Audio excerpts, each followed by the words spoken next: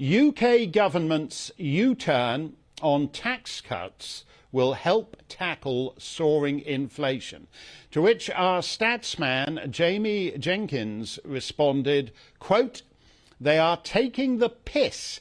Inflation high because of foreign energy and US pushing up interest rates, so dollars strong and imports priced in dollars expensive. IMF way equals recession." Jamie joins me now. So, Jamie, you're basically saying that surrendering to the IMF, as the government did, is just going to make things worse for the average poor citizen of the UK. Yeah, good evening, Mark. Indeed, I only had a certain amount of characters I could talk about the IMF in that one tweet there. And if you look at what's gone on over the last couple of weeks, so the IMF kind of intervened and the markets have intervened, and even Laura Kuenssberg on the BBC, when interviewing the Chancellor a couple of days ago, is actually asking who's controlling policy at the moment. Is it the financial markets or the government? It's quite clearly not the government who's in charge at the moment. And if we look at the IMF there, the cost of the top rate tax, that was the first thing that's kind of spooked the media, Mark, in terms of this U-turn on the budget, where we were going to cut the top rate of tax from 45 pence to 40 pence. Most of the nations across the world don't have a 45 pence rate anyway.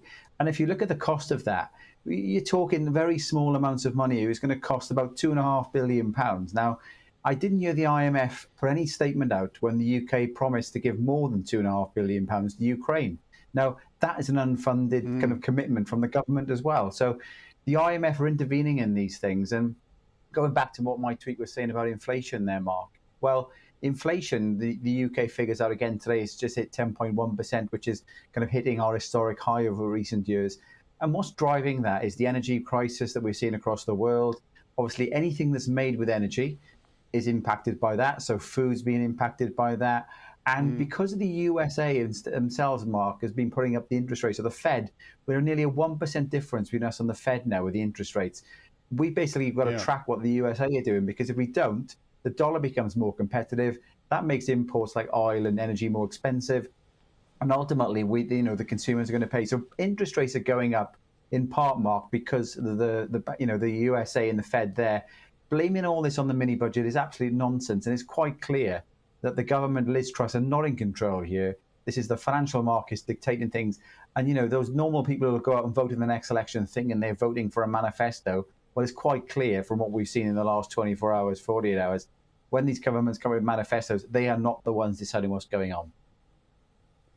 Well, you make a fascinating point there, Jamie, because I think, when you look at what it would have cost to make that tax cut versus all the money that got blown through in the first year of COVID, there's no competition.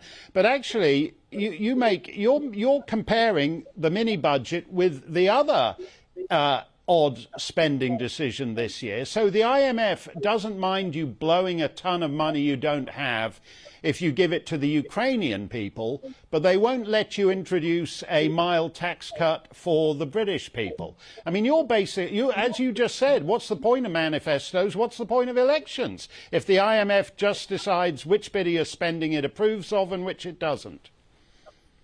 No, Mark, and the IMF themselves, part of it, like a UN convention, all the the people who work for the IMF in the US who are not US citizens, they pay no income tax at all. So, they're questioning whether or not we should cut the income tax of the UK citizens. They don't pay a single penny of this.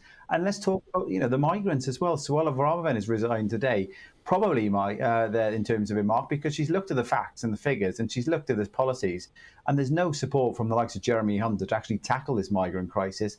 The latest data is probably pushing us towards £3.5 billion a year, again, more than what the top rate of income tax would cost just to house them in hotels. So all these policies that they're not talking about are all adding up. The government said they were going to tackle these things.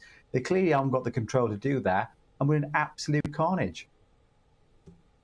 You're absolutely right, and they've got no plans. The IMF is all fine and dandy with putting up the 1,000 strapping young men a night in fancy country house hotels and giving them afternoon tea every day.